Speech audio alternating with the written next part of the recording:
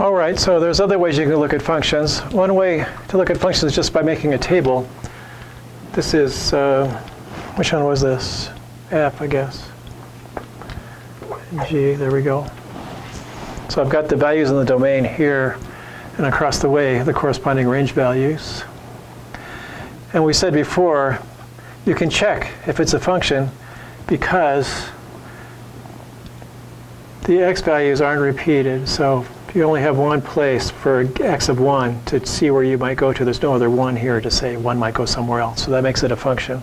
The x's aren't repeated. And for it to be 1 to 1, the y's can't be repeated. So we said that. You can see it here in the table. The y's are repeated here. So this one's 1 to 1 again. This one's not 1 to 1.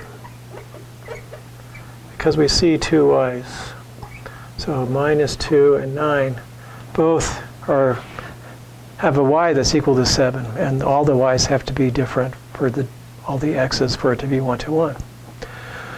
So what does that mean for the graph? Well, if in a graph of a function, then, for the same y not to be associated with more than one x. So here's the y value, say, like 7.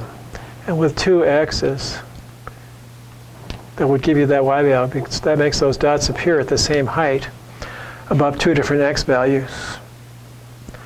If you see that, then it's not 1 to 1. Because you identify two different x's here that have the same y that goes with them. That's how those points got plotted.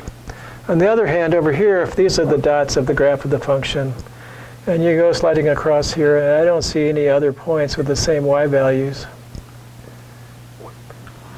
no y's are equal, then that function is 1 to 1.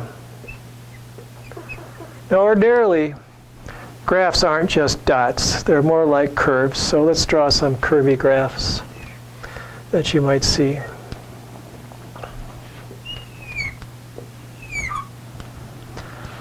So here's a curvy thing like this. Here's another curvy thing like this. And so we're thinking each point here represents an x and a y.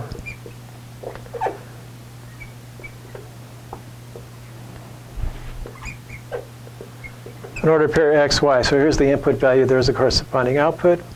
For it not to be 1 to 1, I can't have two y values that are equal on the graph. So I'm looking for y values that are equal. One way to do that is to just draw horizontal lines through the graph like this. And if we have more than one y value on one of these lines, the lines will intersect the graph in more than one place.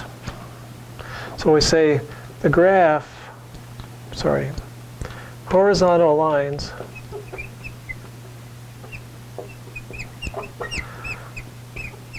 must not intersect the graph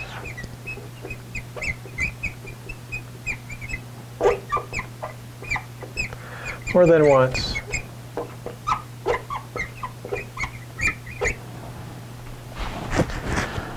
So for a 1 to 1 function, 1 to 1.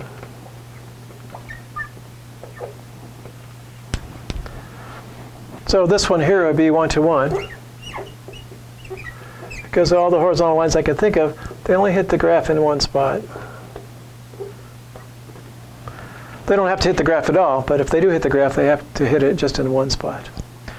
Over here, if I try drawing horizontal lines, everything looks good for a while, but then I get down here, and for that height, I actually intersect the graph 3 times. So down here, it only intersects it once.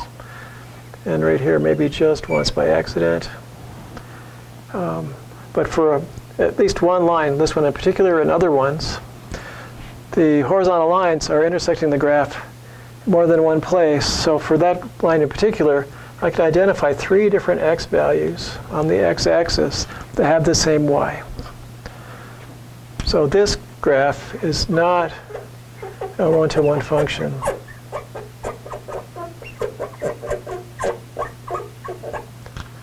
I can't write a 1 to 1 function. Here we go.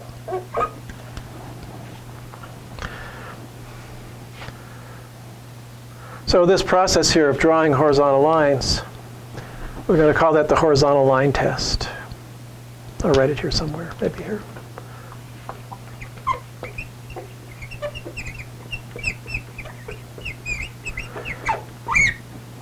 So these are all examples of the horizontal line test, here with dots, here with actual graphs. Horizontal lines must not intersect the graph more than once.